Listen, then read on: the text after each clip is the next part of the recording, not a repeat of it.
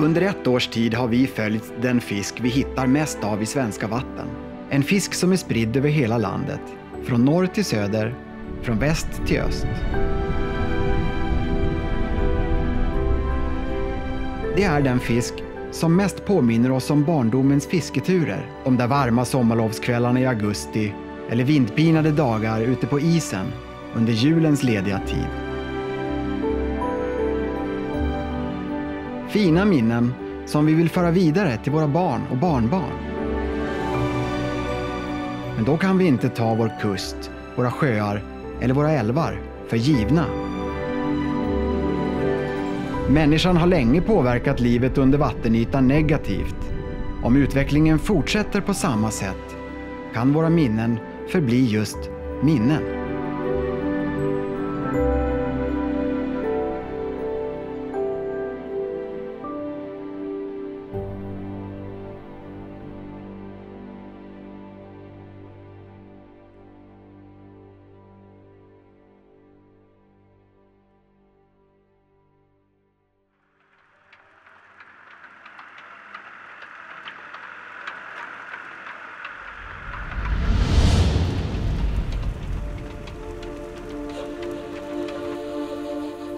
Det här är en berättelse om sportfiskarnas arbete för mycket fisk i friska vatten.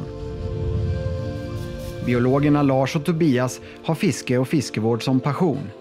Följ med på en resa när de tittar närmare på Sveriges mesta fisk, abborren.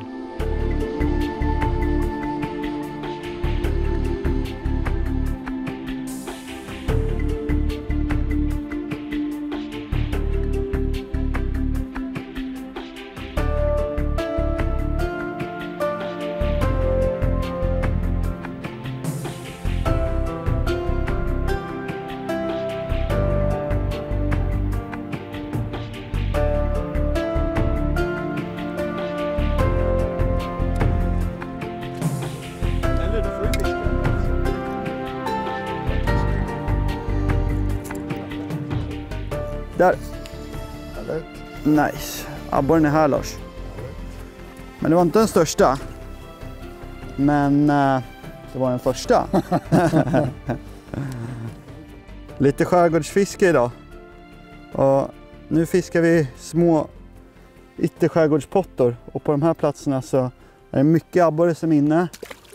Och det de gör här är att äta små årsyngel av vitfisk som har blivit så stora nu att de är rejäla munsbitar för abborrarna.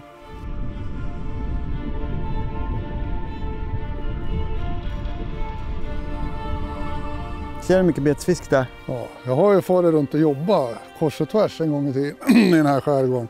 Men det är sällan jag har varit ute och fiskat på det här sättet.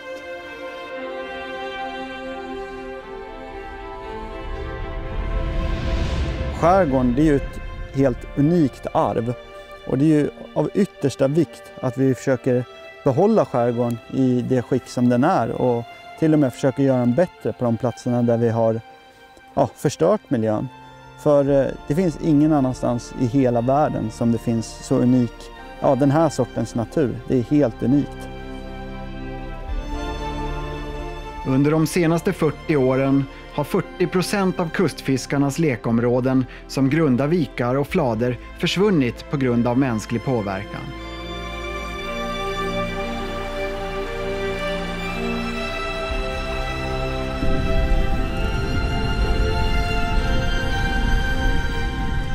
För att trivas kräver abborren, precis som gäddan och mörten, grunda miljöer med mycket växtlighet där ägg och yngel är väl skyddade.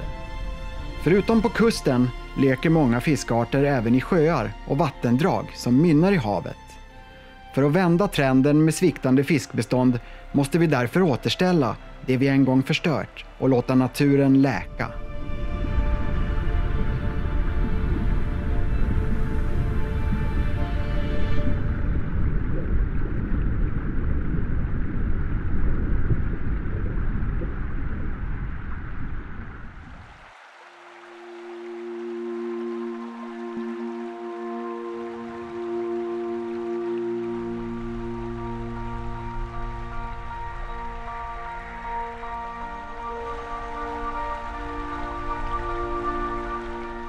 Idag har jag åkt upp till Lars för att lära mig lite mer om abborren. Och traditionellt i fiskevård så har man kunnat väldigt mycket om lax och öring. Nu på senare tid har vi också lärt oss mycket om gädda. Men abborren har fortfarande varit ett stort frågetecken. Men Lars har ju här med sitt projekt kommit fram till väldigt mycket kunskap som kommer komma till nytta. Så nu är jag här för att lära mig allt han kan. Tränera lite. Oh, kolla! Det är gädda. Ja, det är en gädda. Ja. Så, vänta. Jag tar den här. Gädda och med. Coolt. De har inte lekt alla gäddor än. Oops.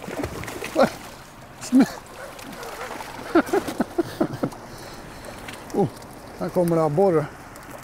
Riktigt fina borrar. Tror vi... Hur tar det där nu? Så Ja, vi tar vi och mäter dem där och tittar vi vidare sen. Oj, det ser ut som en liten hona. Ja, kolla, det rinner om. Släpp in här på en gång du Tobbe så den får simma ut och göra sitt. Så. Men det tänkte du på, han hoppade den där gäddan i baljan. De är ganska duktiga på att ta sig fram och förbi de där gäddorna när de vill. Jo, man tror inte det. De är bättre än vad man tror. Ja. Men hur är abborrarna? De är inte riktigt lika. Abborrarna, de är nog nästan de svagaste simmarna tror jag faktiskt. Mörten, den kan jag liksom, den studsar upp för forsar. Men abborrarna, de är nog de som är liksom klenaste simmarna upp för svåra passager. Det var en bra fångst nu, Lars. Ja, den där var riktigt fin den. Men nu ska vi se. 335. Men nu, vilken är den huvudsakliga vandringssäsongen för de här abborrarna? Det är nu slutet andra halvan på april och en liten bit in i maj som de här som leker i sötvatten och går upp. Så det är full fart nu. Så de kan ju komma ifrån ett skapligt stort kustområde här ute.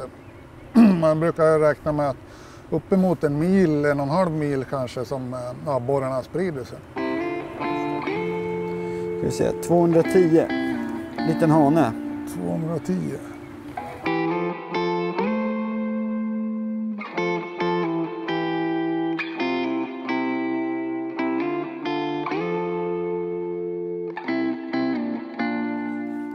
Det finns ju abborrar som leker på kusten och det finns de som leker i sötvatten. Och det är en otrolig variation på olika delar av den svenska kusten. En del områden är det 100% som leker på kusten. I andra områden är det tvärtom. Det är 100% sötvattensreproducerad fisk. Men någonstans i snitt kanske 30% av abborrarna på kusten har ursprung i sötvatten. Så det är klart att åtgärder här uppe ger effekt på kustbeståndet.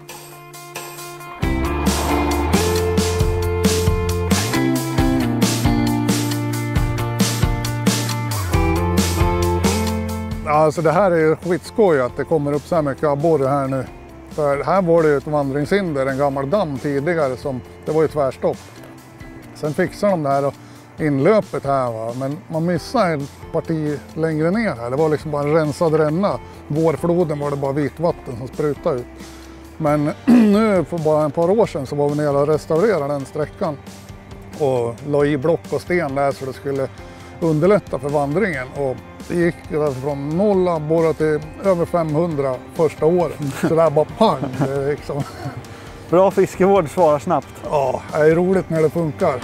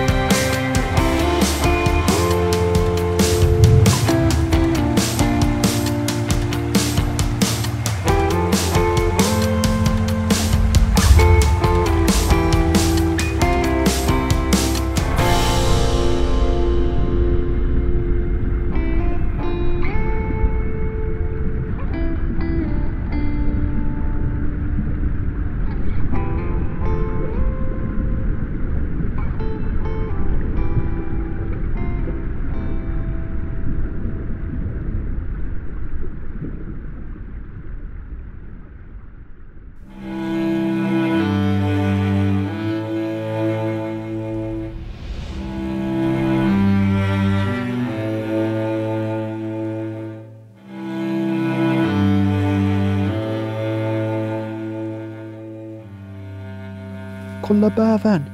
Kolla bävern! Den kommer komma ut bakom mig.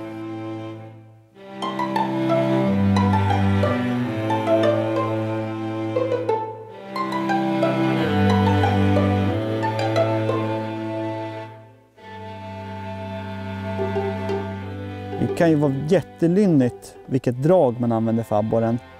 Det är svårt att tänka sig egentligen att det skulle spela så stor roll, men det kan vara ibland väldigt små skillnader, som att man har några gram tyngre eller lättare jiggskalle, eller kanske hur den här paddelrörelsen är på stjärten, eller om man fiskar en spinnare, hur stort bladet är.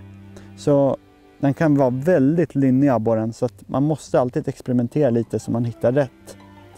Men sen är ju också abborren, den har ju väldigt distinkta huggperioder, och ofta så är det ju väldigt tidig morgon och sen kväll, till och med kanske en bit in i mörkret, i framförallt sjöar som det kan vara väldigt bra fiske. Det hade en som petar. Nu är de bara på peta på grejerna här lite. Det är ju liksom grymt distinkt de där huggperioderna. Vi körde ju experiment uppe i Umeå en gång, jag och Alfred. Vi hade abborrar och gösar i stora tråg som vi matade med såna här mysis. Och abborrarna var ju grymt tydlig på att det är gryning, smyger in där jag och Tobbe. Det är gryning och skymning, så kör de sina rider. Men man kan väl tänka sig också abborren som art, att den måste ju ha huggperioder på ett annat sätt än en gädda, för att fisken jagar ju alltid i ett stim. Ja. Så det är svårt för den att jaga själv, utan den behöver ju stimmet för att... Det var ju så jävla coolt då när vi gjorde det där, för man ser de går ju liksom i ett gäng. Ja. Sen har de en boss också. Där satt nästa. Nej, jag missade den. Har man abborre i odling så är det alltid en som chefar. Det är häftigt. Ja. Plockar man bort den, då kommer den ny. Så de växer faktiskt olika, för den bossen där i tråget, ja, det är den liksom styr lite hur mycket de andra får käka också.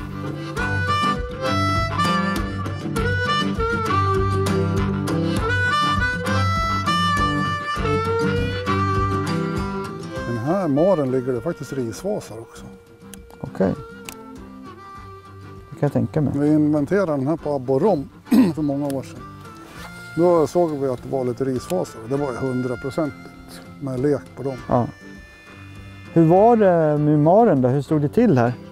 För det här, jag kommer inte ihåg exakt, men det här är ju en av de här få juvelerna i ytterskärgården som fungerar och levererar. Mm. Så det här är liksom en... Här är det som det var överallt när det var bra.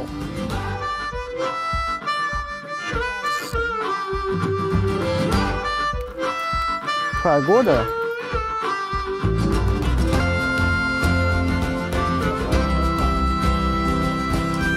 Härligt.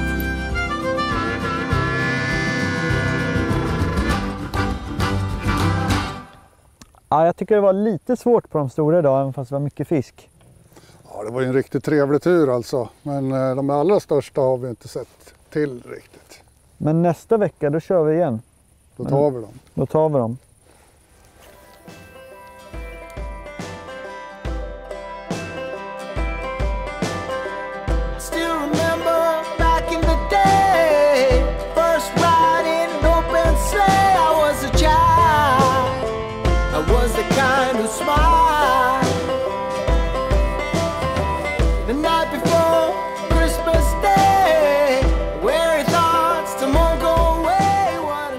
Det här är det bästa. Lite praktisk fiskevård. Inte bara sitta vid skrivbordet. Utan få göra något bra. Det kan nästan inte bli bättre, tycker jag.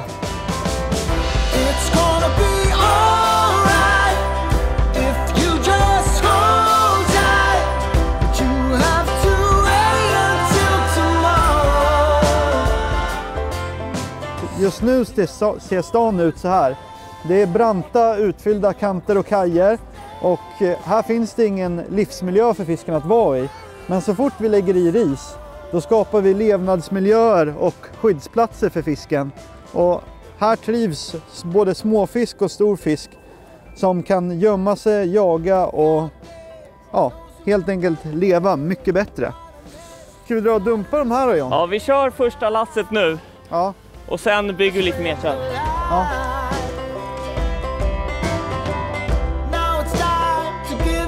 Här är en riktigt kal och tråkig kant. Men nu sopar vi några granar. Så här kommer fisken trivas. Ta en till.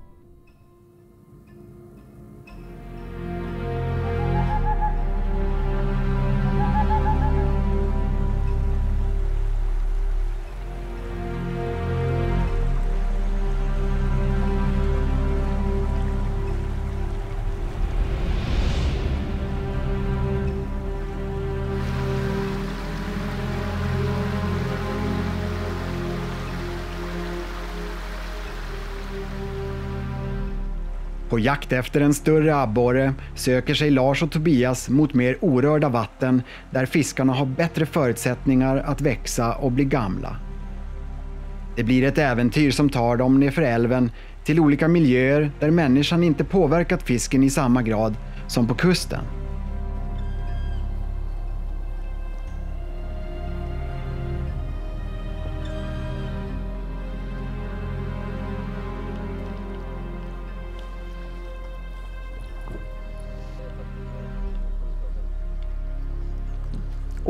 Abborre, jag har en...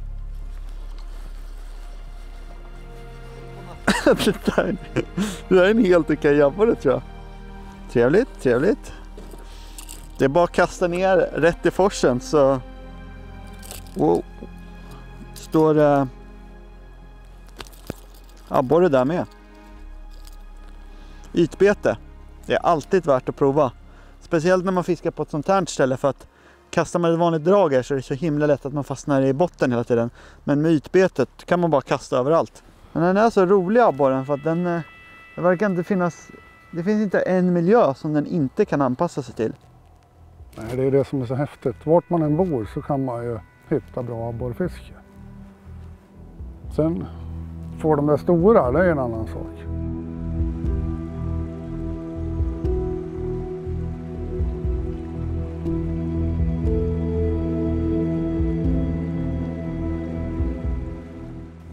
Alltså testa något. Nu. Kräfta tänkte jag. Här är borre. Kanske en bättre borre. Ja, där har jag en gädda tror jag. Dubbeldrill. Ja, men jag måste ha en gädda för att min är jättestark. Liten gädda. Vad blir det för dig då Lars? Jag vet inte. It's gone under the boat. Det känns lite gäddigt va? Borre för fan! Det här är en riddare till. Oj, vänta. Men så... Här. Jag är beredd att ta. Ja, bra. Här kommer han. Yes! Men fan vad fett. Härligt Lars, nu börjar de komma. Ja. Nu börjar de komma, jag ska bara koka loss den här marodören. Bra jobbat Lars. Ja. Ska vi se hur lång den är? Inte får se. Det är en 43. 43. Det är en stabil abborre. Ja, fin. Oj. Bra jobbat. Det är inte alla ställen man hittar de här fina pjäserna på alltså. Ja men det är ju så, det får inte vara någon dödlighet på beståndet. Nej visst. För att få de där gamla uvarna. Den där är gammal antagligen. Vad var det? 11,25. 11,25. 43 centimeter. Fint. Det är en stor fisk.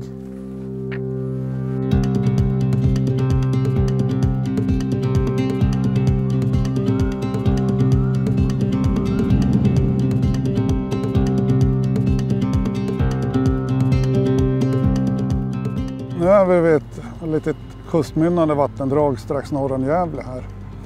Och det vi håller på med är ju att öppna upp vandringsvägar i det här vattensystemet. De här små kustmynnande vattendragen kan ju vara jätteviktiga för kustbestånden av bland annat abborre och gädda. Men samtidigt så är de ju extremt påverkade på många håll. Både historiskt och i nutid. Så framförallt så har man ju jobbat med att dika ut de här och sänka ner nivån har man ju jobbat systematiskt med i flera 100 år. Ja, men jag tror att redan nästa år så kommer det att bli snurr på produktion, att det kommer upp fisk här. För att här har vi ett system med den här lilla sjön nedanför där det redan idag vandrar upp abborre och gädda. Så jag menar, bestånden finns där. Vi hjälper dem på traven nu och hitta tillbaka. Så jag tror det är inte omöjligt alls att det kommer att bli flerdubblad yngelproduktion här redan nästa år.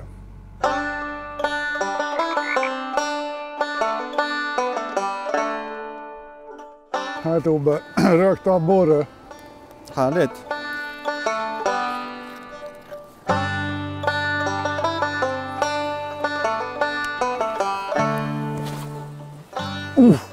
Borre? Ja. Coolt. Precis i kanten på bumlingarna där. Det var nog jag hade helt på okej. känn att det här... Vi skulle lägga något tillkast här. Det var en helt okej fisk tror jag. Ja, det tror jag definitivt att det var. Fattar inte varför en missar drag alltså. Där är det ofta med popper.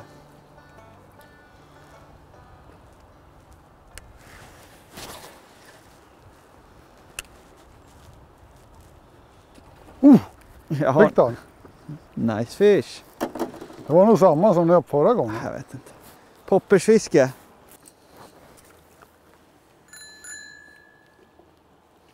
Härlig borre. Ta på ytan.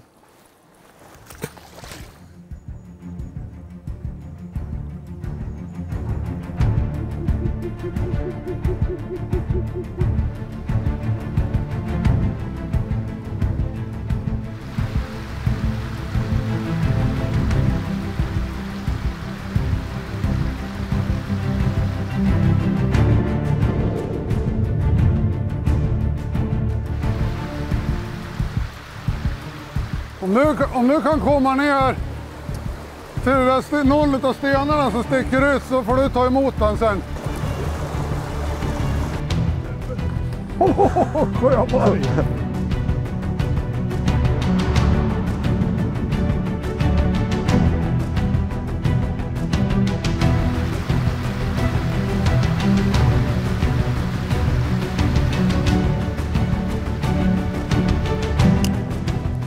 Ja.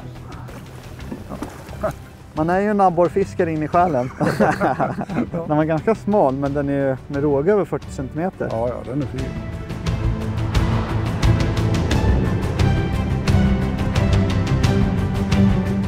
Yes. Jävla gädda! Randig riddan dök upp bland gäddorna helt plötsligt.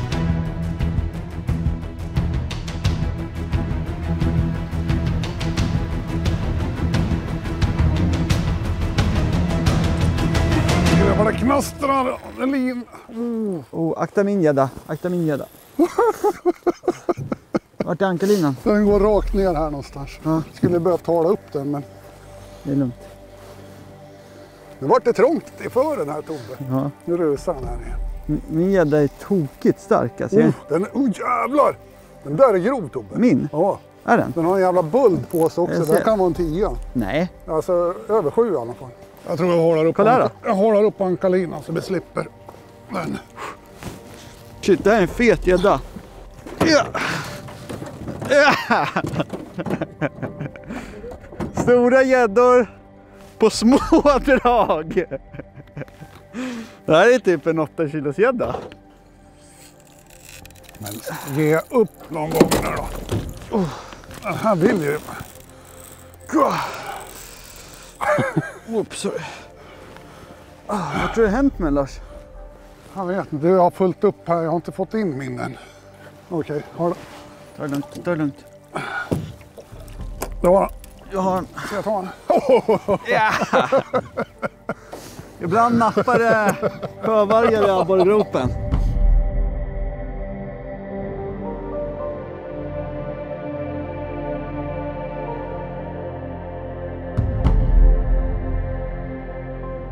Det är vanligt att många tror att det är dumt att ha starka gäddbestånd. Men det är mycket, att det är så mycket gädd här, det är därför också det finns så stora abborrar. Kan nog hänga ihop. Alltså, de där gallrar i abborrleden. Så att de som klarar sig, de växer antagligen bättre. Mindre konkurrens. Och när de blir stor nog så då är de i home safe. Ja.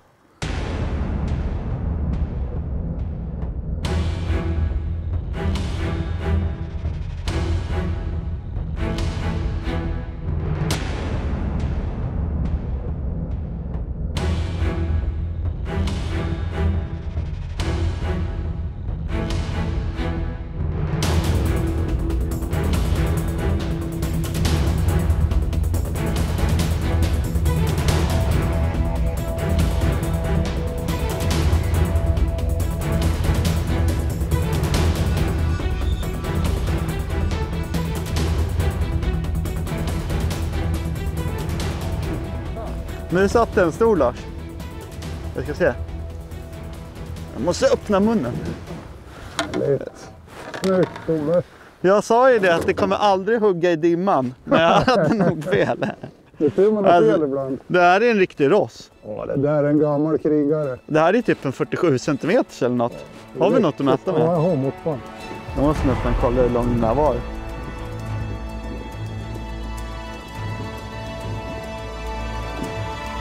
En jäkla abborre alltså.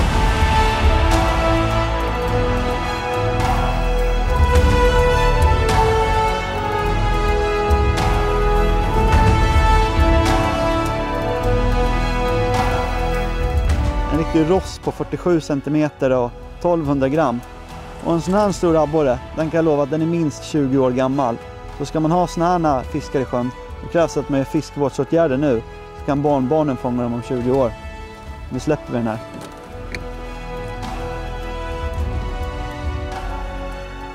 De flesta som fiskar abborre och gädda på såna här platser, man tar ju för givet att det ska vara så här bra. Men man ska veta det att det är mycket hot mot alla vattenmiljöer. Och egentligen den enda aktören som verkligen jobbar för ett fortsatt bra fiske och att det ska bli mer fiskevård och mer och större fiskar i vattnet, det är sportfiskarna. Och desto fler medlemmar sportfiskarna har, desto mer och större fisk kommer du att fånga.